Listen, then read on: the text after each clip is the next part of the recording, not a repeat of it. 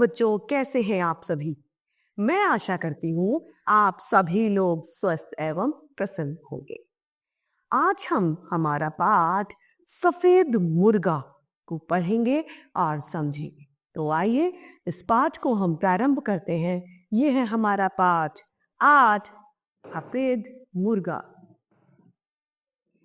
एक गांव में एक बुढ़िया रहा करती थी। कौन रहा करती थी? एक बुढ़िया। उसके पास एक सफेद मुर्गा था। बुढ़िया उन मुर्गों को अपने प्राणों से भी अधिक मानती थी। अर्थात जो बुढ़िया थी वो अपने मुर्गों को बहुत प्यार करती थी। कहते ना, अगर हमारे घर में कोई जानवर भी रहने लगे उसी से भी प्रेम हो जाता। तो अर्थात यहीं पर इसी बात को बताया गया है कि बुढ़िया जो थी वह अपने मुर्गों को बहुत ज्यादा प्यार करती थी। उस गली के सभी लोग उस मुर्गे की खूबसूरती पर खुश हो दिल खोलकर उसे देखा करते थे। मुर्गा भी बहुत खूबसूरत था। एक दिन संध्या संध्या अर्थात शाम के समय तक वह मुर्गा बुढ़िया के घर न लौटा। बूढ़ी ने कई लोगों के पास जाकर मुर्गे का पता पूछा, मगर कोई भी उसका पता न बता पाया। बेचारी बूढ़ी ने इसी चिंता में रात को खाना तक नहीं खाया। अब एक दिन शाम तक भी वो मुर्गा घर पर लौटकर नहीं आता। इससे बुढ़िया बहुत परेशान हो जाती। वो सब लोगों को पूछती, क्या आपने मेरा मुर्गा देखा या आपने मुर्गा मेरा देखा? लेकिन किसी ने भी उसके मुर्गे को नहीं देखा होता। रात्रि में वह भोजन तक भी नहीं करती उस मुर्गे की याद में।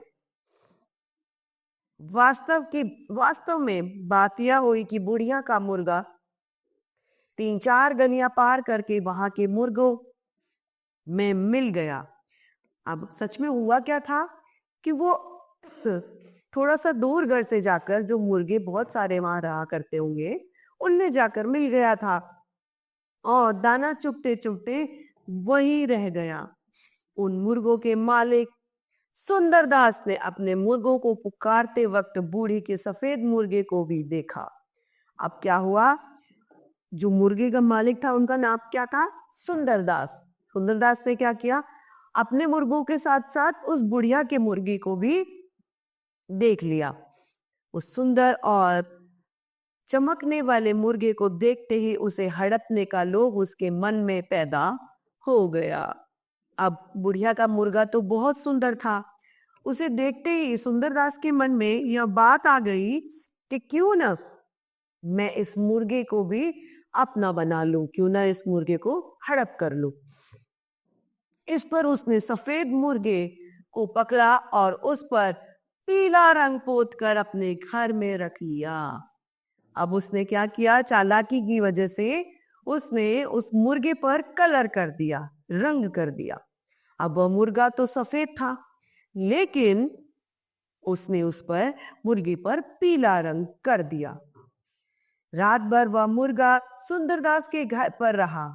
सवेरे जब लड़के ने अन्य मुर्गों के साथ उसे भी झाबे में से बाहर निकाला तो वह बचकर भाग निकला।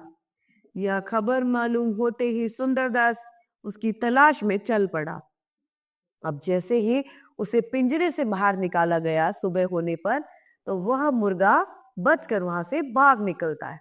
अब जब सुंदरदास को पता चलता है कि सुंदरदास उस मुर्गे की तलाश में निकलता है, इस बीच बुढ़िया का मुर्गा लाख के खिलौने बनाने वाले गोपाल के घर के पीछे चला गया। गोपाल ने उस मुर्गे को देखते ही सोचा कि उसे ले जाकर हाट में बेच देने पर अच्छी कीमत मिल जाएगी। अब गोपाल ने क्या किया? गोपाल को ये लगा कि अगर इसे बाजार में बेच दूंगा तो बहुत अच्छी कीमत मुझे मिलेगी। उसने उसे पकड़ लिया और उसके असली मालिक की पहचान से बचाने हेतु तो उस पर सफेद रंग लगाया। अब उसने क्या किया? अब वापस से उस मुर्गे पर पीले की जगह सफेद रंग लगा दिया गया होता है। तब अपने आंगन में एक खूंटे से बांध दिया। उसके सामने चुगने के लिए थोड़े से दाने भी डाल दिए और आप खिलौने बनाने लग गया। अब वह अपने कार्य में व्यस्त हो गया और उस मुर्गे को बांध देता है ताकि ये कहीं भाग न पाए, और थोड़ा बहुत दाना उसके आगे रख देता है। सवेरा होते ही बूढ़ी औरत अपनी गली के 4-5 लोगों के साथ लेकर सारे घर ढूंढते ढूंढते गोपाल की गली में आ पहुंची और उसके आंगन में बंधे मुर्गे को देखा। अब बूढ़ी औरत ने क्या किया, वह अपने मुर्गे की तलाश में थी क्योंकि उसका मुर्गा बेचारी का गुम गया था। अब वह अपने मोहल्ले के 2-4 लोगों को इकट्ठा करके अपने मुर्गे को घर घर जाकर ढूंढने लगी। उसने देखा कि गोपाल के घर में उसका मुर्गा बंधा हुआ है। बूढ़ी के साथ आए गांव के लोगों ने पहचान लिया कि वह सफेद मुर्गा उसी बुढ़िया का है। इस पर गोपाल और बूढ़ी के साथ आए हुए लोगों के बीच वाद विवाद चलने लगा। उस वक्त तो उधर से निकलने वाले मुखिया ने उस वाद विवाद को देखा और बूढ़ी से पूछा, बूढ़ी माई आखिर बात क्या है? बूढ़ी ने बताया कि उसके सफेद मुर्गे को गोपाल उठा लाया। उसने अपनी गली के लोगों की गवाही भी दिलाई। इस पर गोपाल ने कहा, मुखिया साहब, वास्तव अर्थात सच में यह मुर्गा सफेद नहीं है, पीला मुर्गा है। मैंने शौक से इस पर सफेद रंग लगाया है। अब जब बुढ़िया ने पहचान लिया तो आपस में लोग जो थे वो झगड़ने लगे। कोई कहता है यह मुर्गा गोपाल का है, तो बुढ़िया के साथ आए हुए लोग कहते हैं कि नहीं, यह मुर्गा बुढ़िया का ही है। इस तरीके से दोनों में वाद होने लगा। अब जब मुखिया जी वहां से निकल रहे होते हैं तो मुखिया जी उस झगड़े का कारण पूछते हैं, बुढ़िया को पूछते हैं, बुढ़िया आखिर ये झगड़ा क्यों हो रहा है? तो बुढ़िया बताती है और गोपाल दास भी अपनी बात बताता है। वहां पर इकट्ठी भीड़ में मुर्गे की तलाश में आया हुआ सुंदरदास भी था। अब वहां पर कौन था? सुंदरदास, जिसने उस मुर्गे के ऊपर पीला रंग किया था। उसने पीले रंग का मुर्गा सुनते ही झट से कहा, मुखिया साहब, यह पीला मुर्गा मेरा है। मैं आज सुबह से इसकी खोज कर रहा हूं, कृपया मुझे वापस दिलाइए। इस पर मुखिया ने गोपाल से कहा, तुमने दूसरों का मुर्गा चुरा कर उसका असली रंग बदल डाला। इस अपराध में मैं तुम पर 25 रुपए का जुर्माना लगाता हूँ। मुखिया जी क्या कहते हैं कि तुमने किसी मुर्गे को पकड़ लिया और उसके बाद उसको रंग दिया, अर्थात उसको तुमने छुपाने की कोशिश करी। इस अपराध हेतु मैं तुम पर 25 रुपए का जुर्माना दंड के रूप में लगाता हूं। तब सुंदरदास मुर्गे को उठाकर ले जाने को हुआ, मगर बूढ़ी ने उसका हाथ थामकर सुंदरदास को वहां से हिलने नहीं दिया। अब बुढ़िया ने भी अपने मुर्गे को पहचान लिया था, इसीलिए उसने सुंदरदास को वहां से हिलने ही नहीं दिया। उसने मुखिया को साफ बताया कि वह मुर्गा ठीक उसके सफेद मुर्गे जैसा ही है। सुंदरदास ने जहां तहां उसके रंग को कपड़े से पोंछ डाला, तब सफेद रंग की जगह पीला रंग निकल आया था। देखते हैं ना साहब, यह मेरा पीला मुर्गा है। सुंदरदास ने सफाई दी। अब सुंदरदास ने क्या किया, उस पीले रंग को पोंछना, सफेद रंग को पोंछना शुरू किया तो पीला रंग स्वतः ही निकल के आ गया, जो कि सुंदरदास ने उस मुर्गे पर किया था। और यही बात उसने उस मुखिया जी को बताई कि देखिए, यह पीले रंग का मुर्गा मेरा ही है। इस पर भी बुढ़िया की शंका का निवारण नहीं हुआ। इस पर भी बुढ़िया की शंका अर्थात शक जो था वो खत्म नहीं हुआ। तब मुखिया ने एक लोटे में पानी मंगवाया और मुर्गे को साफ धुलवा दिया।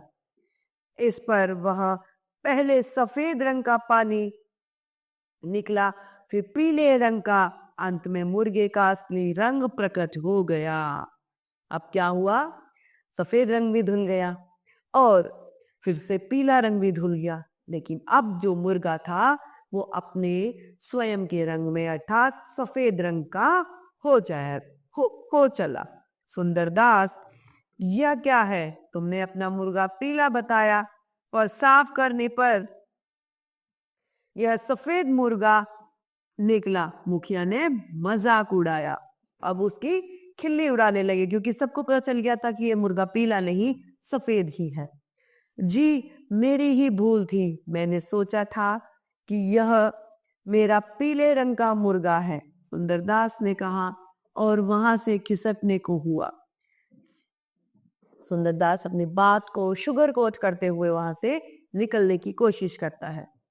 मुखिया साहब, ये तो झूठ बोलते हैं। जब मैंने देखा तब इसका रंग पीला था, गोपाल ने कहा। सुंदरदास ने सोचा अब झूठ बोलना उचित नहीं। उसने मुखिया के पैरों में गिरकर माफी मांग ली, मगर मुखिया ने उसे क्षमा नहीं किया। अब क्या हुआ? सुंदरदास को यह महसूस हो रहा था कि अब झूठ बोलना ठीक नहीं है। जो बात है, जो सच है, उसे हमें मान लेना चाहिए।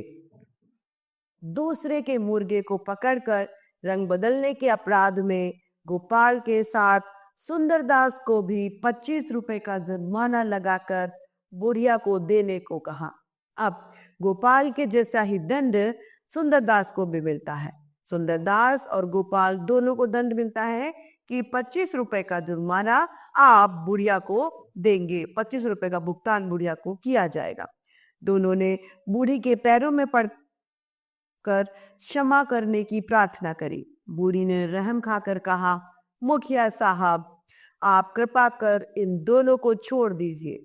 अगर इन दोनों ने मेरे मुर्गे को मारकर खा डाला होता तो मैं क्या कर सकती थी? मेरा मुर्गा तो मुझे वापस मिल गया। अब बुढ़िया कहती है, यदि मेरे मुर्गे को मारकर खा लेते तो मैं तो कुछ भी नहीं कर सकती थी।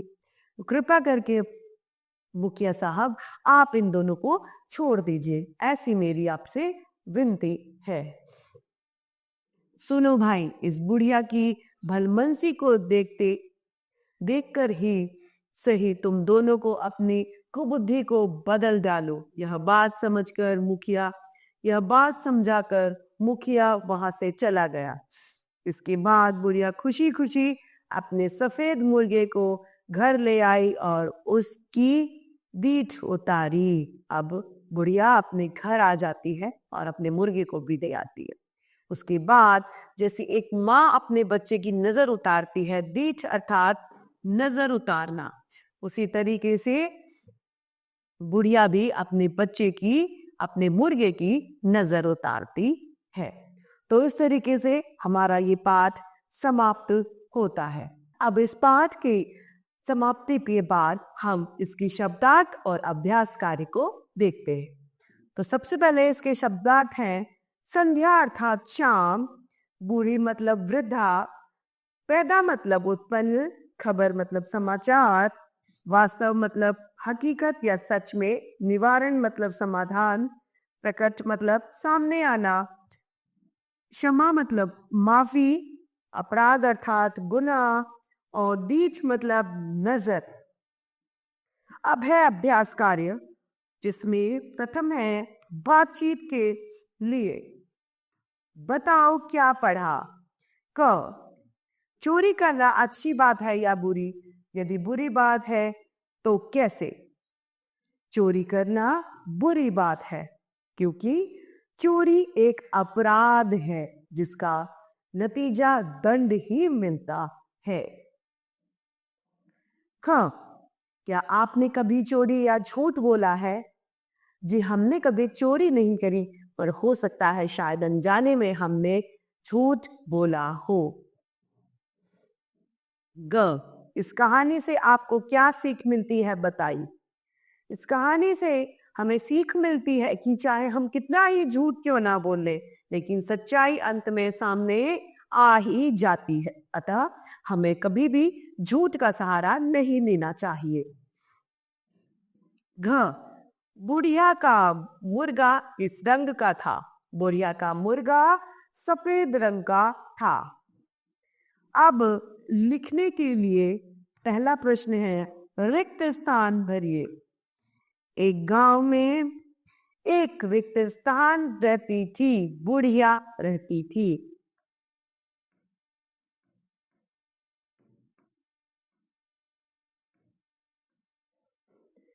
ख, उसके पास एक रिक्त स्थान मुर्गा था, सफेद मुर्गा था।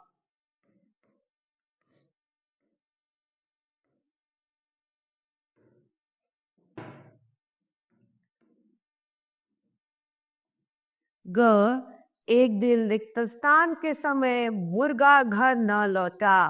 किस समय न लौटा? संध्या के समय।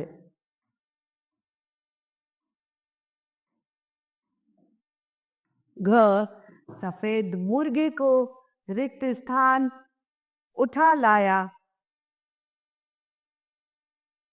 है। कौन उठा लाया सफेद मुर्गे को? सुंदरदास। प्रश्न दूसरा है, सही के सामने, सही और गलत कथन के सामने हमें गलत का चिन्ह लगाना है। क, बुढ़िया के पास एक सफेद बकरा था। नहीं, उसके पास सफेद मुर्गा था। ख, बूढ़ी ने चिंता में रात को खाना नहीं खाया। जी हाँ। ग, सुंदरदास भी मुर्गे की तलाश में निकल पड़ा। जी हाँ। घ, अपराधी पर 100 रुपए का जुर्माना लगा। नहीं, 25 रुपए का।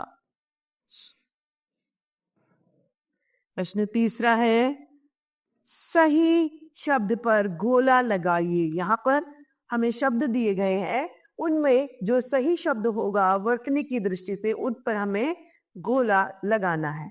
मुर्गा, मुर्गा या मुर्गा। गवाही, गवाही, ग्वाही, तो गवाही। इकट्ठी, इकट्ठी या इकट्ठी।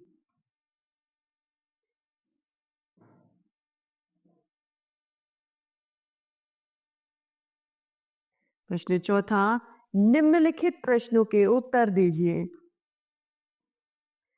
पहला है, क, बुढ़िया कहाँ रहती थी? बुढ़िया गांव में रहती थी।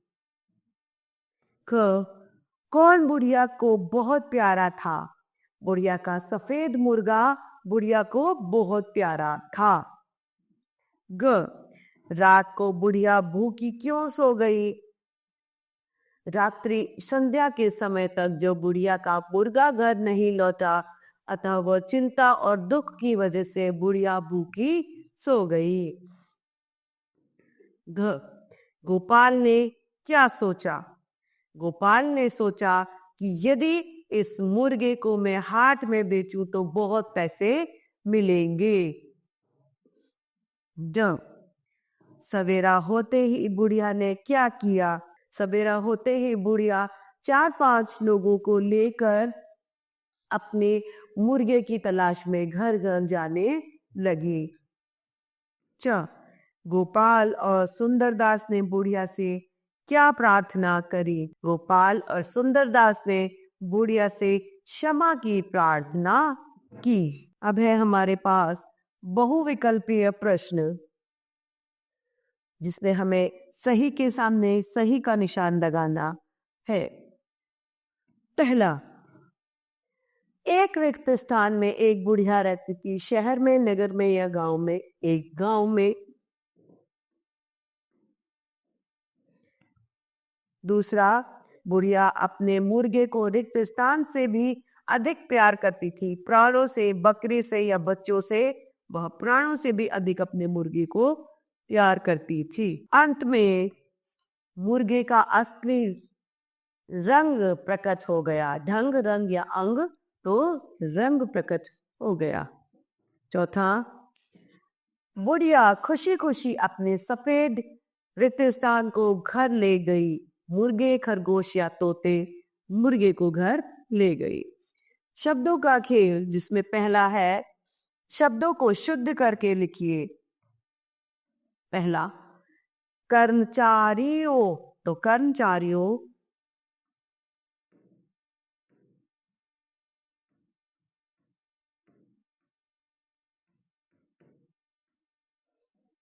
डालियों,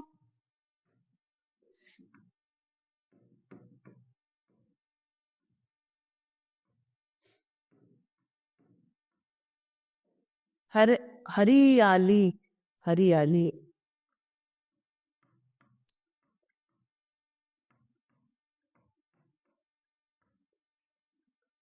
डाटा,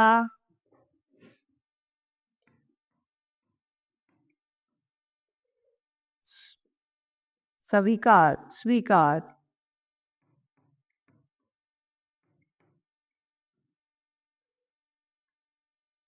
स्तुति, स्तुति।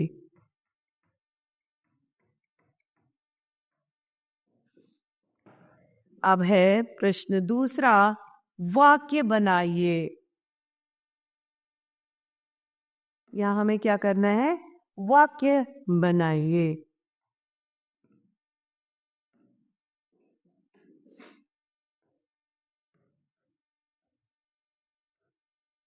बच्चे माँ को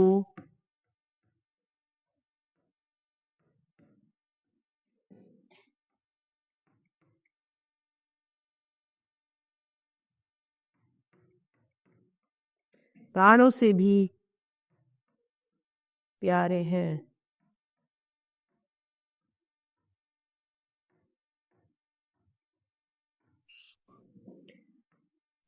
खिलौने,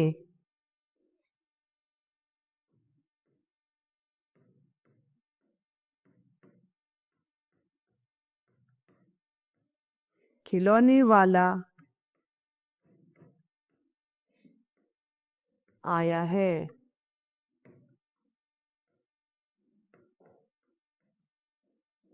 ग, सुंदरता, सुंदरता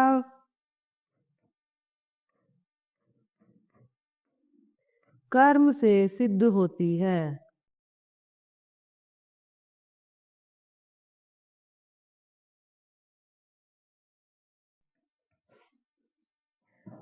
तो इस तरीके से हमारा ये पाठ समाप्त होता है। मैं आशा करती हूँ आप सभी लोगों को यह पाठ भली भांति रूप से समझ में आया होगा। तो आज के लिए इतना ही, हम फिर मिलते हैं। धन्यवाद।